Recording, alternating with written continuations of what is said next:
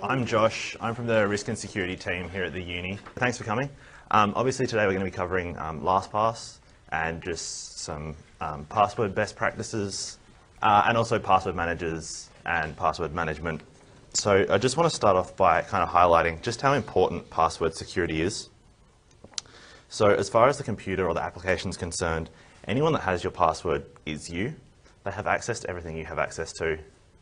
So, you know, if that's your bank account and they've got your password, they've got access to all your money. If it's your emails, they've got access to all your emails. So today we're going to be obviously talking about passwords. So we have too many passwords. That's just a fact. So a study that Twitter conducted at the end of last year showed that the average person has over 100 different logins. So that's, in a perfect world, that's 100 different usernames and passwords.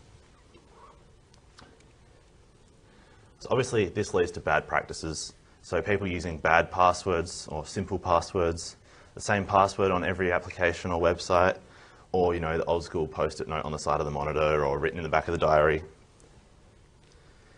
And obviously these can lead to compromised accounts or what we call zombified computers or hacked computers, and obviously data breaches as well. So I'm just going to go over quickly some password best practices. I'm sure you've heard them all like a million times before, but it's just really important to kind of keep them in the front of your mind. So you always want to use unique passwords for each service. That's just to stop. So if a hacker gets onto one server, they can't then take your credentials and use it to get onto a different server. You'd be surprised how common this is. So for example, LinkedIn got hacked a while ago, and now there's all these stories coming out about people that are just getting into Facebook accounts, Gmail accounts, all that sort of stuff. Try to make use of long and complex passwords, using the full range of uppercase, lowercase, numbers, symbols, kind of whatever they'll let you use. But at the same time, you want it to be memorable, and obviously longer is better, as I'll explain later. Depending on the service, you may want to do periodical password changes, although this is kind of heading to being phased out slowly. People are slowly saying choose a better password and change it if you think your account's being compromised. Your password's yours and only yours. Don't share it with friends and family. And try not to write it down. If you have to write it down, try and do it and put it somewhere that's kind of safe, like filing cabinet, wallet, somewhere you're kind of not going to misplace it. And try to avoid typing your password in front of others. It sounds like a super simple one, but I'm sure I'm not alone in kind of doing a presentation or have someone over my shoulder and type the password into the username field. All of a sudden they know your password. If you suspect someone's compromised your account or used your account, you want to change your password immediately and report any details to a relevant authority. So what should raise your suspicions? Honestly, the best advice I can give you is to trust your gut. So look for abnormal things. Emails bouncing back that you didn't send, you know, that Facebook post that you didn't make but everyone's liking, all that sort of stuff that just kind of seems off. It's probably reason to investigate. Or I like to use a website called haveibeenpawned.com, spelled P-W-N-E-D. So this is a website that just collates all the kind of the database hacks across the internet, and they stick them all here. So you can sign up here using the Notify Me tab. You can type in your email address, and this will email you every time they see your details in a hack. So for example, I got an email about 2 weeks ago from MySpace, or from this service, about my MySpace account. Haven't thought about that for probably 10 years. And they said, hey, you just got hacked. And I went, cool, doesn't faze me, but at least now I know. And another new technology is that the best password is no password at all. So this is the Spotify login page. So you can see at the top there, it says login with Facebook. When you click that button, Spotify never actually receives your password. The authentication is done by Facebook. So you have to be logged into my Facebook account, and then you click login, and Facebook goes, yes, this is Josh, and all of a sudden it lets you in. So if Spotify ever got hacked, there's no password of mine there to be stolen. So I would suggest, as you're on the internet using sign-ups for stuff, if If you ever see a login with Facebook or a login with Google, that's probably a really good idea, unless you've got a good reason to use your own password.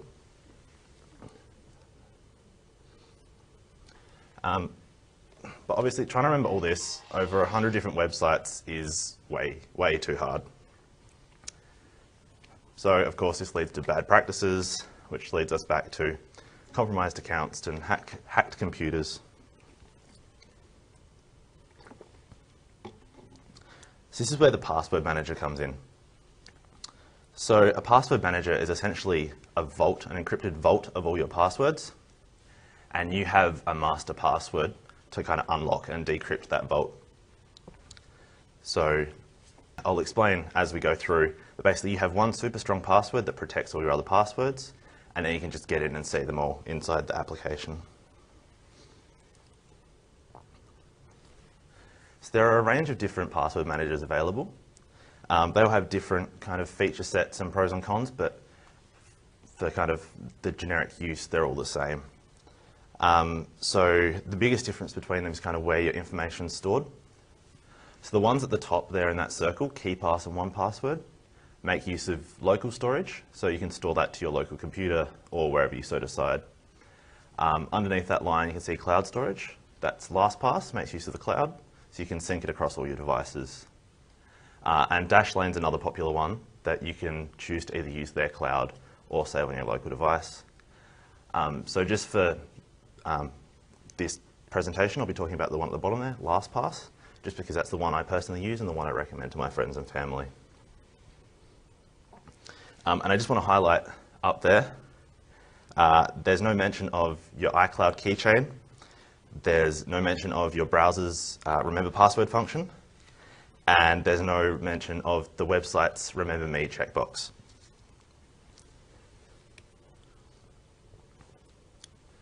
So why I use LastPass and recommend it to all my friends and family is mostly because it's feature rich. So it has the ability to fill forms out for you. So when you're online, you have to fill in, a shipping form for a purchase you're making. It's got the ability to save all your details there, and you can click once and have it automatically fill everything in for you. It has the ability to store secure notes, so you can upload pictures, documents, or write text in, and that'll get encrypted along with your passwords. It has native browser support across all your laptops, desktops, and mobile phones. There is a free version, but I'll explain in just a second about the free versus the paid version. It makes use of the strongest encryption available. It has really good two-factor authentication support. So two-factor authentication is just when there's another factor besides the password to get you into the account. So I'll explain a bit later, but the one I recommend using with LastPass is a mobile application that generates a random 6-digit number. So when you log into LastPass, it'll go, hey, what's your number? After you've typed in your password, you pull up your phone, it gives you the number, you type it in, and it goes cool and lets you in. And it also has the ability to generate secure passwords for you, so like random passwords, and then save it into this vault for you, as I'll show you in a bit. So as I said, there is a paid version and a free version. So without paying the $12 a year, you'll be limited to one device type. So if you start this on your Android phone, you'll only be able to sync it across Android phones. If you use it on your Windows desktop, you'll only be able to use it on Windows desktops. I am not 100% sure about iOS versus like Mac laptops, because I only got the Mac laptop, I don't have an iPhone. But yeah, that's just something to keep in mind about where you sign up for LastPass.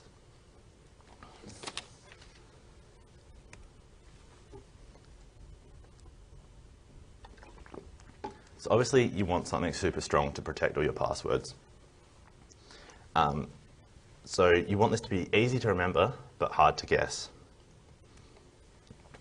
So this is where the passphrase comes in. So a passphrase is simply stringing together some common English words. So nothing too obvious. So this here is a webcomic by an author called XKCD. So what this is just highlighting here is this password here, this Troubadour &3. Most people would think that's a pretty kind of safe and secure password. On a pretty average computer, the sort of thing I've got floating around at home, that'd be hacked in about 3 days. Whereas this down here, correct horse battery staple, 4 random words stuck together, all of a sudden you're up to 550 years. So obviously one's a lot easier to remember than the other as well. So I know which one I'd rather use. So the principle this is based on, this is a mathematical function down the bottom for those of you that are mathematically inclined. But basically it's just saying that length is the most important part of your password. So it's using kind of the logic of if I ask you to pick a number between 1 and 2, you've got a 50% chance of guessing. If I all of a sudden say 1 and 10, you've got a 1 in 10 chance of guessing. And you can see this kind of goes up to the point where you've got uppercase, lowercase, numbers, symbols. So basically this function down here is saying that H is the strength measured in bits, where N is the number of possible symbols. So that's your uppercase, your lowercase, your numbers and your symbols. And L is the length. So N's pretty much fixed for most things you'll use these days. But obviously L grows exponentially.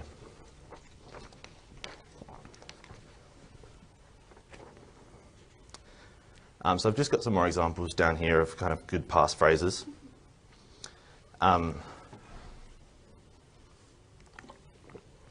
using that function from before, you've got I love my dog Mittens and some random string there. So running that through that mathematical function, that $Q has a strength of 46, whereas I love my dog Mittens has a strength of 118. So from a computer standpoint, if someone was trying to get into your account, it'd take them 2 to the power of 73, which is some crazy huge number, times longer to get to hack I love my dog Mittens. And you can see that's just a random lowercase string and super easy to remember. Something you also have to keep in mind is that hackers are human too. So if they've hacked a database, there's nothing you can do about that. But if they see your email address with super secret password for Facebook, they're then going to go and have a crack at getting into your Gmail account with super secret password for Gmail. And as I said before, you'd be surprised how often that also works. And kind of following on from that logic, try using incremental passwords or kind of easy to guess password systems like that.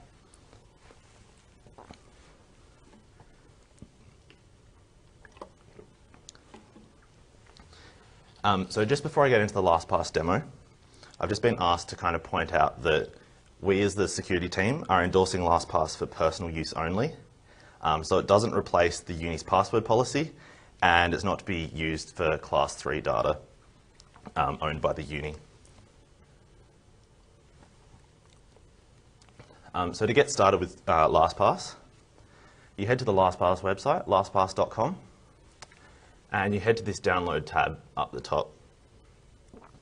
And that'll detect which browser or device you're on. And simply by clicking the add or install button, it'll talk you through all the steps of how to install it and get up and running and signed up and all that sort of stuff. So once you're up and running, you'll see this icon appears up the top. It's probably a bit small on the big screen. Sorry. But that's the LastPass kind of icon. That's where you'll do most of your management or your use. So to get started, obviously you need to add all your credentials into the database. So there are a few ways to do that. The first is clicking on that icon and going down to Sites. And there's Add Site down the bottom here. That'll bring up this screen here where you can add a website manually. So you've got the URL field, which is where you want to log on to. You've got the name and the folder, which you can assign. That doesn't really affect anything. Then down here you've got the username, the password, and any notes you want to store along with that. So that can be anything you want.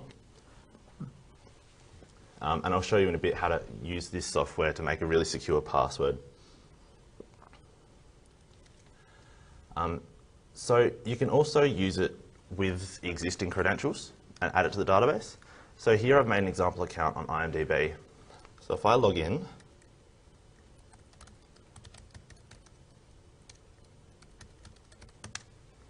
can see that green bar's popped up across the top there.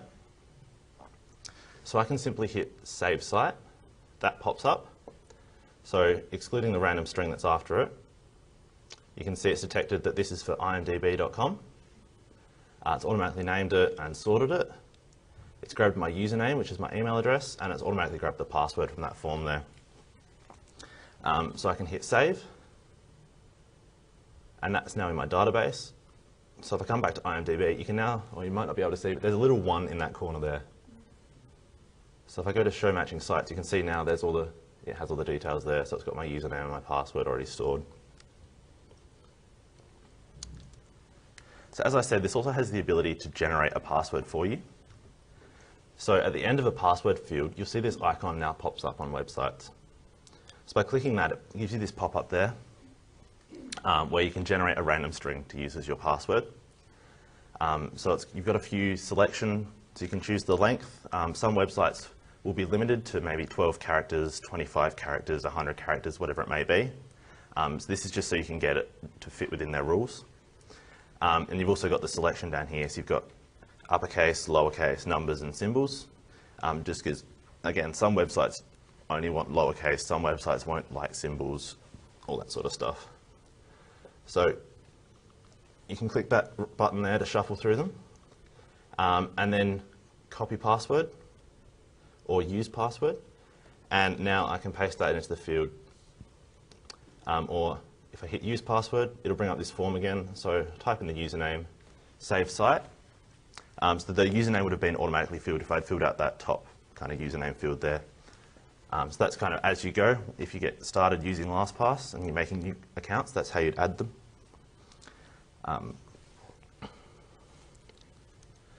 So it also has a feature that kind of automatically logs you in if it can.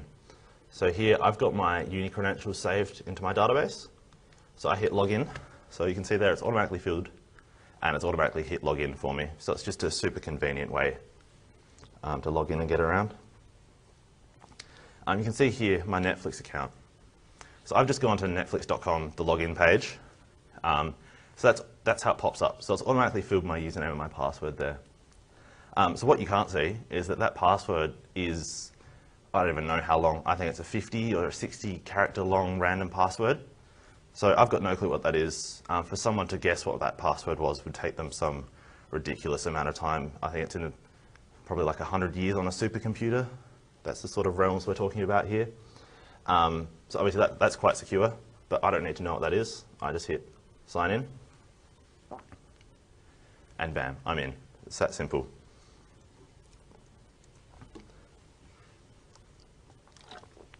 Occasionally, though, you'll come across websites that haven't been programmed properly, in my opinion. They probably have reasons for doing it. But you can see here, it's a login field's popped up, but it hasn't automatically put my credentials in there. So at the end of the email and password field, you can see an icon. That's LastPass saying that it knows details for this, but it can't put it in there. So if I click on that, you can see there, it's popped up with the details, but clicking on it isn't typing in there for me, and it hasn't auto-filled it. So the trick here is to come up to this icon again, show matching sites, and you can copy the username and the password from that field. And that's just put it onto my clipboard, so I can just copy and paste it in there. And the website just thinks I've typed it, and log in. And eventually, if my internet works, you'll get in.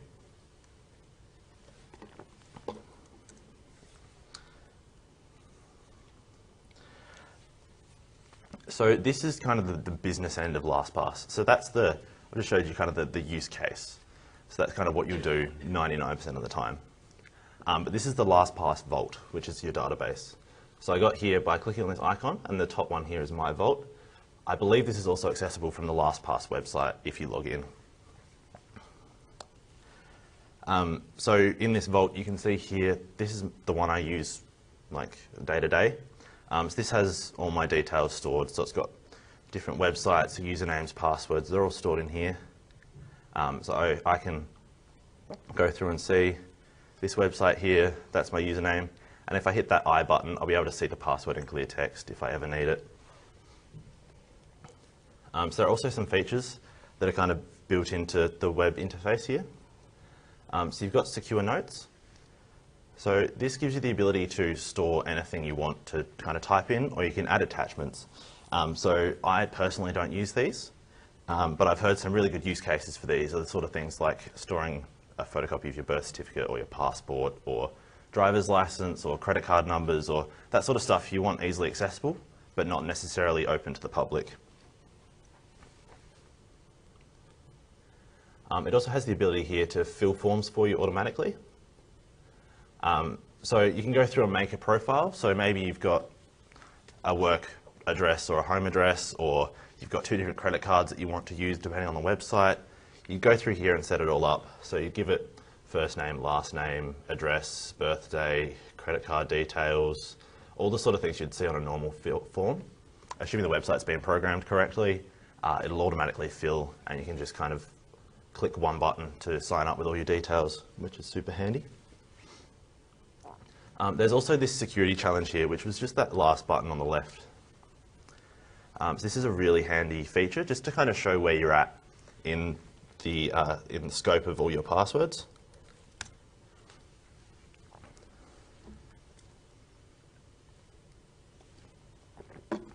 So what this is showing is just kind of where I'm at. So that's just, the top's just a score. I tend to ignore that. So you can see here, this is just a really quick summary.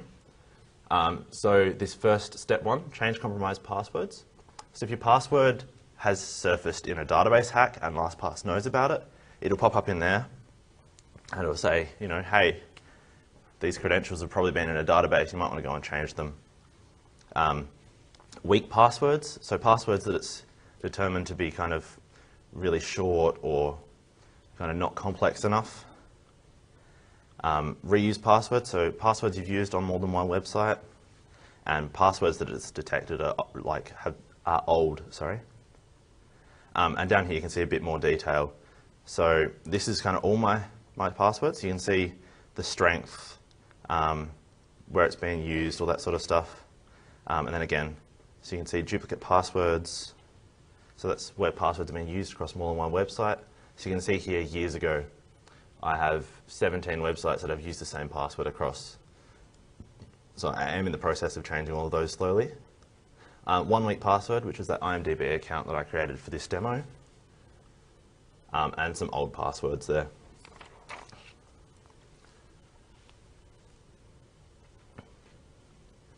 So just to kind of wrap this up a bit, I just want to say that LastPass is safe. So it is cloud-based, which obviously comes with some risks, but LastPass has mitigated most of these, at least to my satisfaction.